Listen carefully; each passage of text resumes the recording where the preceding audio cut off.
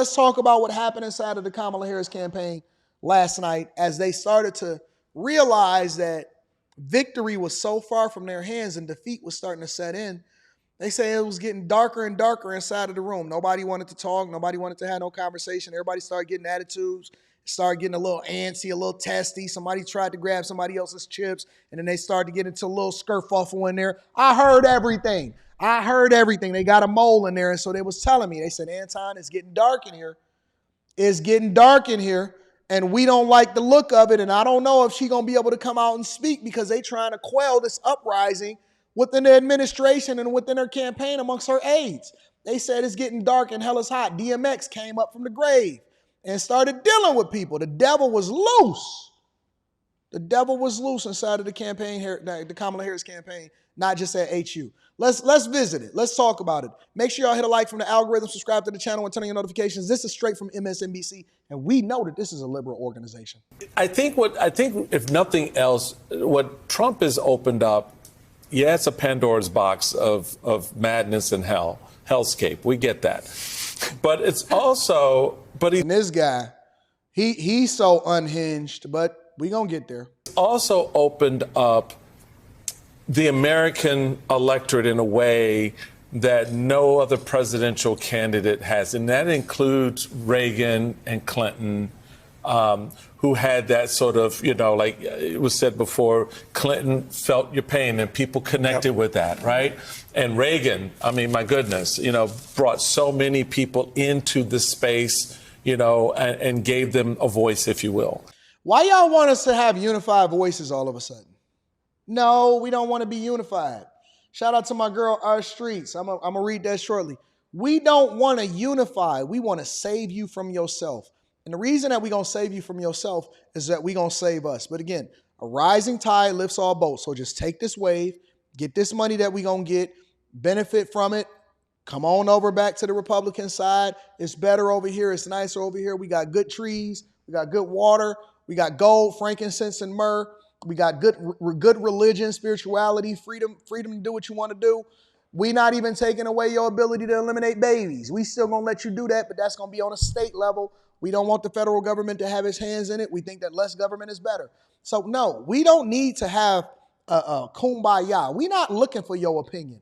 We heard what your opinion was inside of the Democratic Party. We didn't agree with it. That's why we voted Republican. That's why we voted for Trump. For some reason, you think that y'all opinions still matter to us. No, we want to go ahead and win. You're going to win by default because you just attached to us because you just so happen to be citizens of the United States of America. You still going to rebel against it, but at least you have an opportunity to benefit. So this is what we want you to do. Shut up, ride this wave, let us get this money, let us turn this economy around so that you can afford to feed your children and stop asking for government handouts, and we going to run it up. But no, we don't want to hear no more of y'all ideas. We heard them. We heard them for the last 3.5 years. We don't want to hear them anymore. But Trump is different from all of that. And he can trash the historic leaders of the Republican Party and people applaud him. Well, and he can trash Latinos and women. He also has a machismo and like a masculinity that he uses very aggressively. And it just, for whatever reason, masculinity that he uses very aggressively. Seems to be very good at beating women. And Harris did this thing where she was just traveling all the time and doing tons and tons of rallies, more than he was. And she still couldn't, I think this is I know it's painful to talk about, but it's an important thing to talk about. It's how he's opened the country up, and what has he opened it up to? That is, I want to bring in, pause on this because we'll come back to it. I want to bring in NBC News correspondent Michelle Zinder, who's standing by at our NBC headquarters in D.C., and she was at Howard University earlier tonight. I think people saw her on television where the Harris campaign had gathered. We all watched and saw campaign co-chair Cedric Richmond speak, and he said earlier that we would hear from the vice president later today, and I'm saying later today because it's Wednesday. What else are you hearing from the campaign? What do we expect that to look like? Do we know more about what those plans are? Those are all key questions that I'm asking people. Some of them are already asleep, so we might not get those answers till earlier today in terms of the details of when the vice president will speak. But we do expect her to speak today later at Howard University. And I want to just walk people through what the Harris campaign. That didn't happen, but let's continue. and really the people that are close to her have been like in the last few hours. They really did start off the night thinking 8 p.m., 9 p.m., sounding very optimistic, very confident. The vice president had been saying that she had the momentum. She was telling supporters in rally after rally that she believed she was going to win. And I was picking up on that cautious optimism. But right around 10 o'clock, 10:30, when it was clear that former President Trump was overperforming in places that were critical for him to win, including specifically in North Carolina and Georgia, I started to really sense a real shock and a real anxiety and a real worry from the Harris campaign and Harris aides. And that really just got darker and darker in terms of sort of their mood. At Howard University, people started to really have blank stares. They started to not be celebrating and dancing as they had been at the beginning of we was watching. It was hilarious. the night. And then later on, as it became clear that Donald Trump was going to be even closer to 270, especially after he won Pennsylvania, I started getting text messages from Harris aides who started pivoting, not from talking about whether or not she could still pull this off, but talking about how they would deal with a second Trump presidency. They didn't even have confidence in her. Before the race was even called, the aides was already starting to text people like me and her. And they said, Anton, all right, we're going to have to make some adjustments. Breaker, 1, 2. We got to get up out of here. It's going to be a disaster waiting. We about to send our campaign manager out there in order to send people home. And we got to figure out what next boat to catch. We got to beef up our resumes because what we thought we was going to benefit off of, some people thought that they was going to be the House Speaker. Other people thought that they was going to be up there, Karen Jean-Pierre or whatever her name is that be speaking today. They thought that they was going to get a promotion in order to ruin the country. It was so many people said, yeah, we're going to be sleeping in the Lincoln room. And as Trump just continued to wipe the floor with this woman, they was like, oh, let me get my resume together. Fighting for chips. Now you want to steal chips. Because, see, they can't use them campaign funds in order to pay Beyonce and them no more. So now they want to start fighting for the chips. Get your resumes together. One aide telling me that he believes that he's going to try everything to try to push back on these policies, but also try to figure out a way to love the people that he disagrees with. So it's really interesting. Of course, the vice president, hasn't conceded. NBC hasn't called this race yet. But we are in this situation now where Harris aides and people close to her are definitely making the move toward how are we going to work with the Trump administration? How are we going to deal with these policies? So I think it's just really interesting in these wee hours in this morning that is, of course, a Wednesday morning. There are a lot of Democrats that are waking up shocked, or that are going to bed shocked, but are also sort of dealing with the reality, which is that they expect Donald Trump to be the president of the United States and come next year. I've been thinking a lot about all those campaign aides who've been through a lot this year, a change at the top of the ticket, a tumultuous campaign. It sounds like what you're saying, Yamiche, and correct me if I'm wrong here, is that because it was Vice President Harris, and again, we haven't called the race, but right now, unless she wins the presidency, she's not going to be in elected office anymore in a couple of months. But her aides are talking about how she will work with. How much they giving unemployment over in California? Let me look that up real quick. Give me a second. How much is California unemployed? $450 a week. $450 a week. California unemployment is officially $450 a week. That's what it says. Using the EDD's unemployment benefit, $450 a week. All right. Wage information to determine the weekly benefit amount. She is now going to be laid off. So you can get between $40. You know that $40 would be hitting something different. You can get between $40 and $450 a week. That's the calculator if you're looking for your unemployment benefits over there in California. We're going to go ahead and get you up out of there. Let's continue. With the White House, or how they will work? Tell me more about what you mean by that. Yeah, so in talking to aides, they're talking about how they're going to deal with these policies. So these aides are organizers, they're grassroots organizers.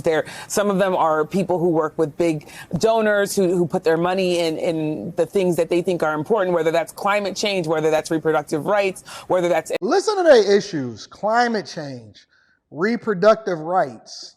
People are broke. We have a homelessness crisis that got exponentially worse during this administration and they talking about climate change and reproductive rights. When you go to Washington, there's tent cities literally steps away from the White House where they got snipers on the roof. If you go over to California, people are taking a dump on the side of the road, pulling their pants down with their balls sagging, and they taking a dump on the side of the road, and then they getting back in their car without wiping their butt, and they going to sleep, and they hoping that the police don't come. So that if a tow truck come, then they got to stay with their car, because if a tow truck come or if somebody steal their car, it's like stealing their home. It's like stealing their home. 100%. We have a homelessness crisis right here in the United States of America, and they letting in tens of millions of people across the border. People are taking a dump in the ocean on California. I kid you not, man. I kid you not. When I went out and I did a meetup, because I do meetups with my Patreon members, I went out there and I did a meetup, and I actually visited my guy, Jay Woodfin. So shout out to Jay Woodfin. And I think I was on Venice Beach. I seen a dude cock over, no drawers on, with his jogging pants, pulled his pants down, and took a dump right there on the street, and then pulled his pants up and jumped right back on his bike and was like, I said, ain't nobody gonna say nothing? Everybody gonna just act like that I'm the only person that's seen him just cock over and take a dump? Is that all? Am I the only person that's seen it or no?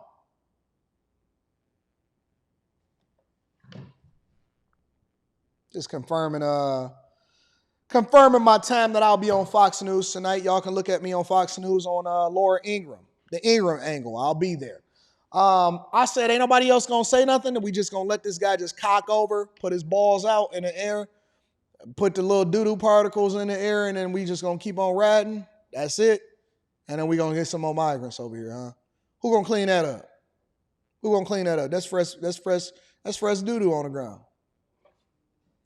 Immigration. So what I'm hearing it's not that the vice president would be working with President Trump if he were to be reelected, but that all the apparatus, all of her aides are going to be in all these different sectors of society, that they're trying to think through how they deal with a second Trump presidency. So if he has a mass deportation policy, what does that look like? How do they? It's coming. We getting all of the criminals out of here. Push back on that. If he pulls back on climate change initiatives in this country, what are they going to be doing to try to figure out how to do that? In some ways, it mirrors what happened in 2016. There were a lot of Democratic organizers who started putting their heads together to figure out how to push back, even when they weren't in office, of course, as an elected officials, but they were trying to figure out where to put their resources and their time. And I think the thing that I'm sensing now, because a lot of Democrats have a sort of PTSD from 2016, one aide in particular was telling me, I need to figure out how to love people that I disagree with. So there's also...